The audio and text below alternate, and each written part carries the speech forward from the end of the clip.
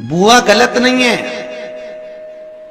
इसलिए हिंदू धर्म में आज भी अगर उस डूंडा ने प्रहलाद को जला दिया होता तो कोई होली की पूजन भी नहीं करता। आज भी हिंदू धर्म में होली की पूजन 2 बार होती है, एक होली जलने से पहले, एक होली जल जाती है उसके बाद। होली जलने से पहले होती है बुआ की पूजन, क्योंकि तूने बहुत अच्छा काम करा जो अपने भतीजे को बचा लिया, और होली जलने के बाद होती है प्रहलाद की पूजा। होती कि नहीं होती होली? और होली क्यों कहा तुमने? होली का कारण क्या? होली नाम कैसे पड़ा? उसका कारण है ये राक्षस कुल में जन्म लेने के बाद भी मरते मरते अच्छा काम करके भगवान की होली इसलिए हमारे यहां मनाई होली। पर मंगरूल नाथ वालों, तुमने उसकी बहन का नाम धर दिया हो, बड़ा गजब करा। क्या नाम था? डूंडा। जो बुआ थी उसने, दुनिया के लोगों ने कहानी गलत गढ़ दी, पूरी कहानी गलत बताई। अगर दुनिया के लोग सही कहानी बताते तो भतीजा और बुआ का संबंध खराब नहीं होता। कहानी गलत थी ना। लोगों ने कहा, हिरण्यकशिपु ने अपनी बहन से कहा, बहन तू अपने भतीजे को गोदी में रखकर बैठ जा और चादर ओढ़कर बैठ जाना, तू बच जाएगी, तेरा भतीजा जल जाएगा। तो बुआ भतीजे को जलाने के लिए गोदी में लेकर बैठी। बोलो सही है कि गलत है? लोगों ने कहानी गलत बताई। होली का लोगों ने कहा उसने अपने भतीजे को जलाया। पहले तो होलिका का नाम तो निकालो कि होलिका का नाम क्या है। कथा वालों ने कह दिया हिरण्यकशिपु की बहन थी होलिका, वो अपने भतीजी प्रहलाद को गोदी में लेकर बैठ गई। वो प्रहलाद को हाथी के पांव के नीचे डाला, खोलते तेल में डाला, अग्नि में डाला, इसमें डाला, उसमें डाला, नहीं मरा। आखिरी में अपनी बहन से कहा होलिका तो अपने भतीजे को गोदी में लेकर बैठ जा। पहले उस होलिका का असली नाम तो लाओ, जिस होलिका का नाम विष्णु पुराण में डूंडा लिखा है। क्या नाम लिखा है? डूंडा। होलिका का असली नाम लिखा है विष्णु पुराण में डूंडा। इसलिए आज भी होली में लकड़ी नहीं जलाई जाती, मोटे मोटे ढूंढ जलाए जाते हैं, क्योंकि उसका नाम डूंडा है। और डूंडा बैठी अग्नि में, भतीजे को गोदी में लेकर बैठ गई। उसके पास में एक ब्रह्मा जी की चादर थी, जिसको ओढ़ कर बैठ जाती थी तो आगी में जल नहीं सकती थी। डूंडा ने देखा चारों तरफ से आगी लग गई, मेरा भतीजा जल जाएगा। तो बुआ को लगा मेरा भतीजा जल जाएगा। बुआ वो होती है जो दुआ देती है, बुआ कभी बद्दुआ नहीं देती है। और डूंडा ने अपनी चादर को उतारा, आगी चारों तरफ से लग गई। बुआ को लगा मेरा भतीजा जल जाएगा, तो अपनी चादर उतार कर अपने भतीजे पे डाल दी, और बुआ खुद जल गई पर अपने भतीजे को नहीं जलने दिया। ये कथा है, पर लोगों ने उसको पूरी पलट दिया, पूरा पलट दिया। बुआ कब जलाई अपने भतीजे को? आप में से इतनी सारी बुआ बैठी हैं, कभी अपने भतीजे को अपशब्द कहा? कभी अपने भतीजे को श्राप दिया? कभी अपने भतीजे को बद्दुआ दी? नहीं।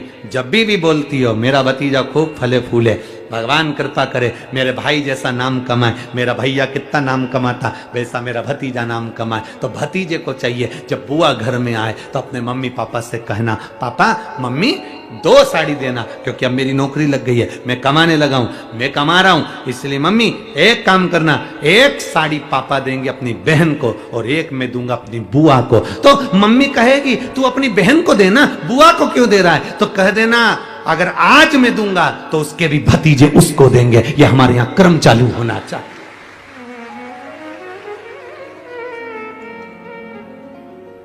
पर करे क्या?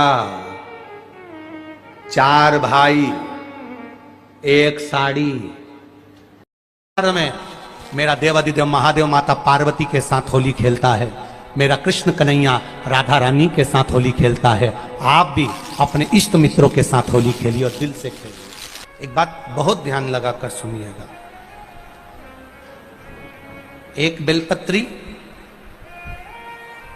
और उस बेलपत्री में एक चंदन की बिंदी और एक अक्षत का दाना मात्र रखकर भी अगर शिवालय पर चढ़ा दी जाती है एक बेलपत्री, एक चंदन का बिंदी, और चंदन फिर निवेदन करेंगे। आज के जमाने में तुम लोग सब घिसा घिसाया, पड़ा पड़ाया, डब्बी का सामान ले लेकर, वो नहीं, चंदन की मुठिया रखो, थोड़ा सा भी घिसो, जरा सा भी घिसो, उसकी एक बिंदी और एक चावल का दाना। जब हम भगवान देवाधिदेव महादेव को समर्पित करते हैं, अपनी कामना कर कर समर्पित करते हैं, तो निश्चितता है कर भगवान उसका फल शीघ्र प्रदान कर देते हैं। भले आपने कुछ करा ना करा, उसका फल तुम्हें मिल जाता है। शरीर में बहुत बड़ा रोग हो गया, छूटने को तैयार नहीं है, बड़े बड़े इलाज करवा लिए, बहुत दिखा लिया, बहुत सब दूर इलाज करवाया, सब दूर दिखाया, पर मिटने को तैयार नहीं है, तो फिर अबीर का प्रयोग, एक चावल का दाना, एक श्वेत पुष्प और अबीर भगवान शंकर को समर्पित कर, धीरे धीरे धीरे धीरे शरीर का रोग अपने आप समाप्त होना प्रारंभ हो जाए। होली में मोटे मोटे डूंड जलाए जाते हैं।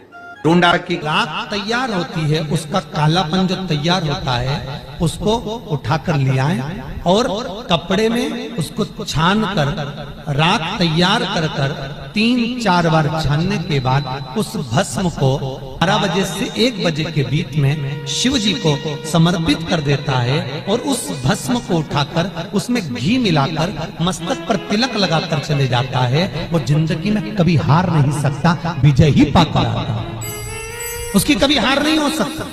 13 तारीख को रात्रि को होली जलेगी, 14 तारीख को खेली जाएगी। 5 मंदिर में हम भी केसरिया जल चढ़ाने के लिए बाबा को जाते हैं।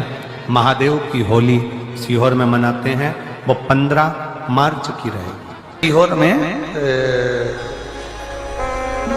महादेव की होली होती है। आप लोग आए हो कभी?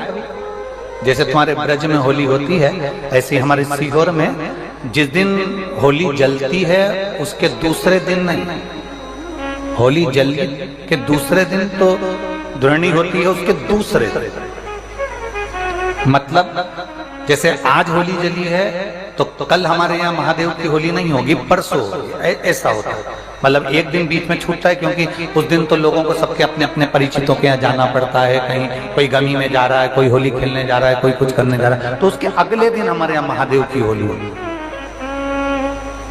मैं सबसे निवेदन करूंगा, कभी मौका लगे तो हम सूचना देंगे आपको, सीहोर की कथा में बोलेंगे, तो कभी मौका लगे तो एक बार महादेव की होली खेलने के लिए आप सीहोर, कभी मौका लगे, तुम ब्रज की होली तो बहुत खेले होगे, एक बार महादेव की होली खेलने सीहोर आओ।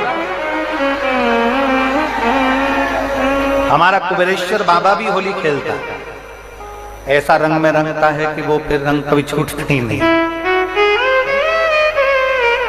एक ही दिन करते हैं वहां, बस एक तो कभी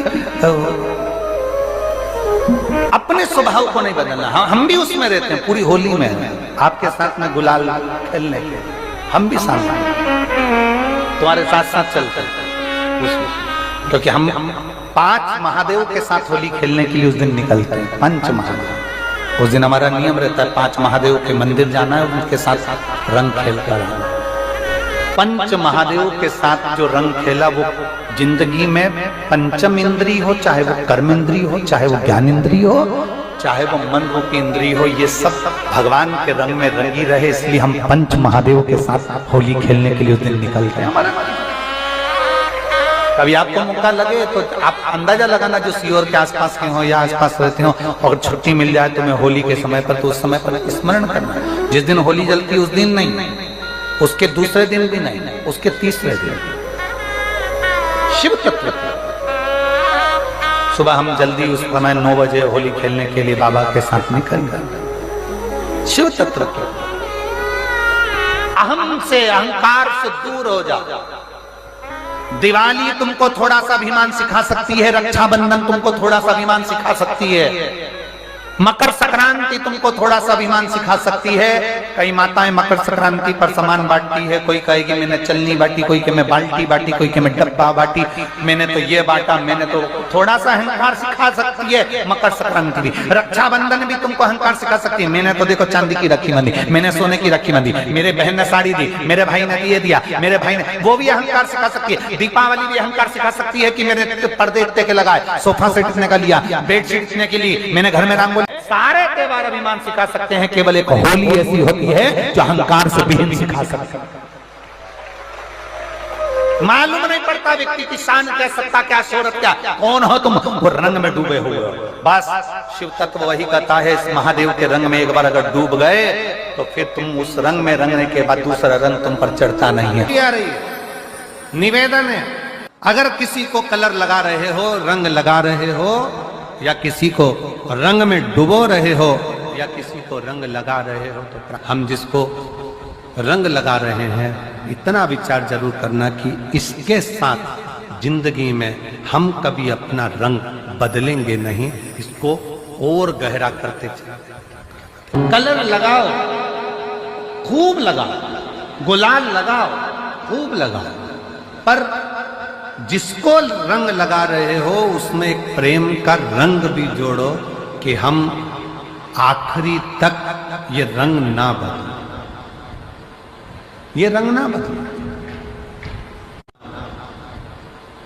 ये रंग ना बदले। समय बदलता रहेगा, जीवन बदलता रहेगा, पर आज के मनुष्य भी अपना रंग